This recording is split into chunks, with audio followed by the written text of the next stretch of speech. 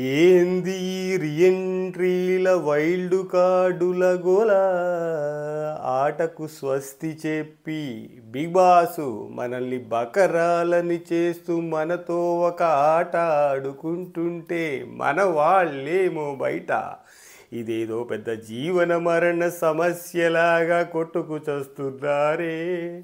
ఇలాగే బయట సిచ్యువేషన్ చూస్తే ఇలాగే అనిపిస్తుంది స్వామి.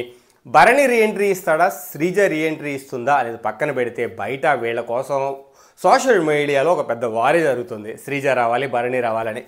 కానీ కరెంట్ సిచ్యువేషన్ చూస్తే భరణి వచ్చే ఛాన్సెస్ ఎక్కువ కనిపిస్తున్నాడు అనిపిస్తుంది.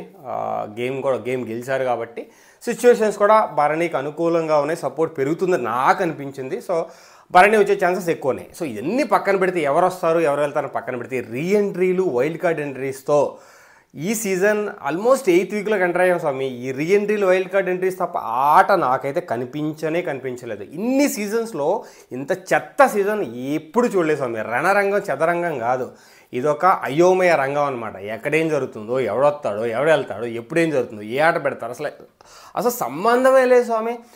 లాస్ట్ సీజన్స్లో ఒక గేమ్ పెడితే 5 days కొట్టు చచ్చిపోయేవాళ్ళు. ఈ సీజన్లో 5 days చక్కగా బెడ్ మేకలు పడుకుంటున్నారు, కబుర్లు చెప్పుకుంటున్నారు. ఎంట్రీలు రీఎంట్రీలు ఎవరు వస్తే మనకు ఉపయోగం ఏంటి స్వామి? మనల్ని బకరాలను చేసి బిగ్ బాస్ ఒక ఆట ఆడుకుంటున్నాడు. అంటే ఇక్కడ జనాలు కంటెస్టెంట్ మ్యానిపులేట్ చేయడం లేదు. బిగ్ బాస్ ఒక కథానాయకుడు, వెనకాల నుండి నడిపిస్తున్న ఒక కథానాయకుడు, ఆయనే మ్యానిపులేట్ చేస్తున్నాడు.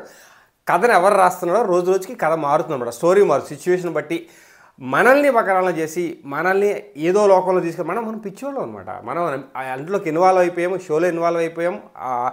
చిన్న కంటెంట్లు చూసి ఆవేశపడి ఉత్సాహపడుతున్నాము, ఒకళ్ళ కోసం కొట్టుకుంటున్నాము. శ్రీజ లోపల ఉండాలి, భరణి లోపల ఉండాలి, లేదంటే తనుజ లోపల ఉండాలి, కళ్యాణ్ ఉండాలి, వీళ్ళ కోట్లు పడాలి, వాళ్ళ కోట్లు పడాలని కొట్టుకుంటున్నాం. కానీ ఓవరాల్ సిచ్యువేషన్ ఏంటంటే ఈ సీజన్ ఫ్లాప్ సీజన్ అనమాట.